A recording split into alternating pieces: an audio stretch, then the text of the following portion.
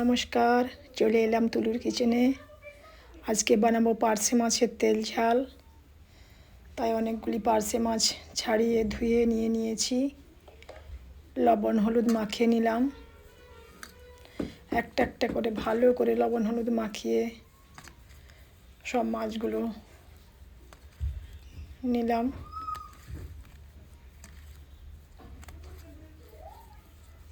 পার্শে মাছ খেতে খুবই সুস্বাদু।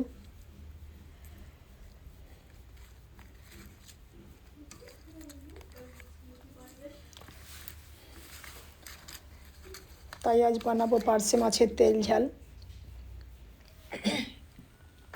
প্যানে তেল নিয়ে পার্শে মাছগুলো ছেড়ে দিলাম।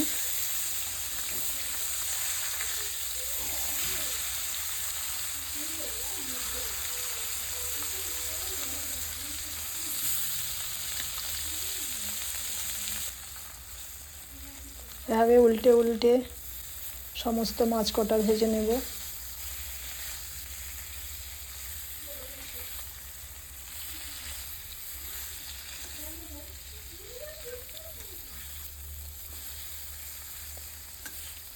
উল্টে উল্টে মাছগুলো ভাজা হয়ে গেছে, দেখুন কি সুন্দর লাল হয়ে ভাজা হয়ে গেছে। এভাবে আমি আর সব মাছগুলোকেও ভেজে নেব।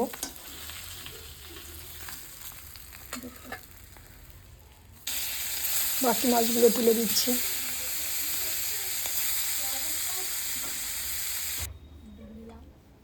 বেটে রেখে পেঁয়াজ বাটা, টমেটো ব্লেড, আদা সরষা বেটে নেব, কাঁচা লঙ্কা বেটে নেব। দিয়ে দিচ্ছি সরষের তেল। ব্লেড করা পেঁয়াজ বাটা দিয়ে দিলাম।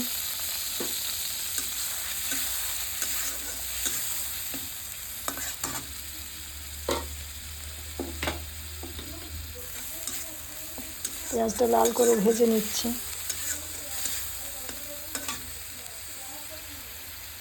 দিয়ে দিচ্ছি স্বাদ মতো লবণ,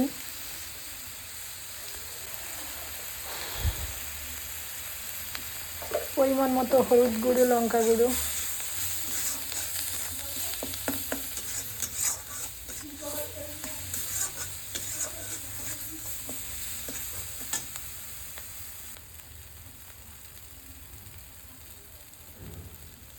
লঙ্কা গুঁড়ো দিয়ে দিলাম। একটু জল দিয়ে কষিয়ে নিচ্ছি।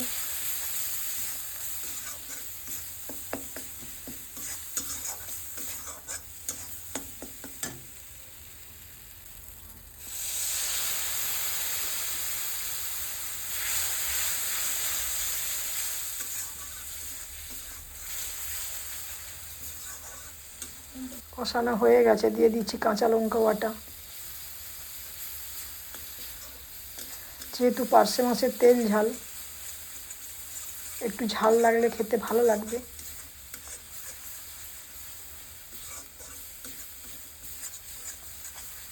কষানো হয়ে গেছে, ব্লেড করা টমেটো বাটা দিয়ে দিলাম।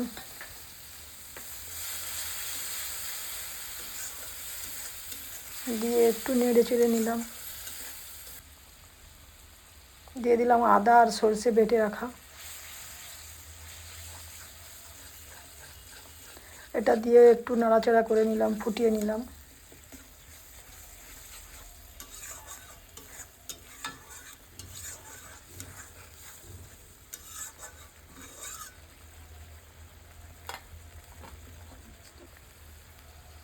এবার মাছগুলো দিয়ে দিচ্ছি।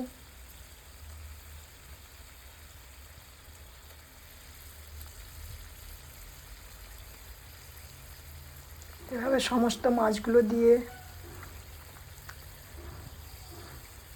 একটু জল দিয়ে ফুটিয়ে নেব।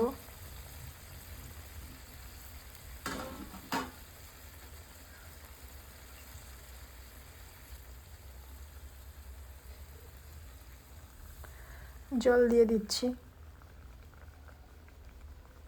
বেশি ঝোল রাখবো না, কারণ এটা তেল ঝাল, গায়ে গায়ে থাকলেই খেতে ভালো লাগবে। দেখুন মাছটা কি সুন্দর ফুটে গিয়েছে। এবার একটু ধনেপাতা কুচি দিয়ে দিলাম।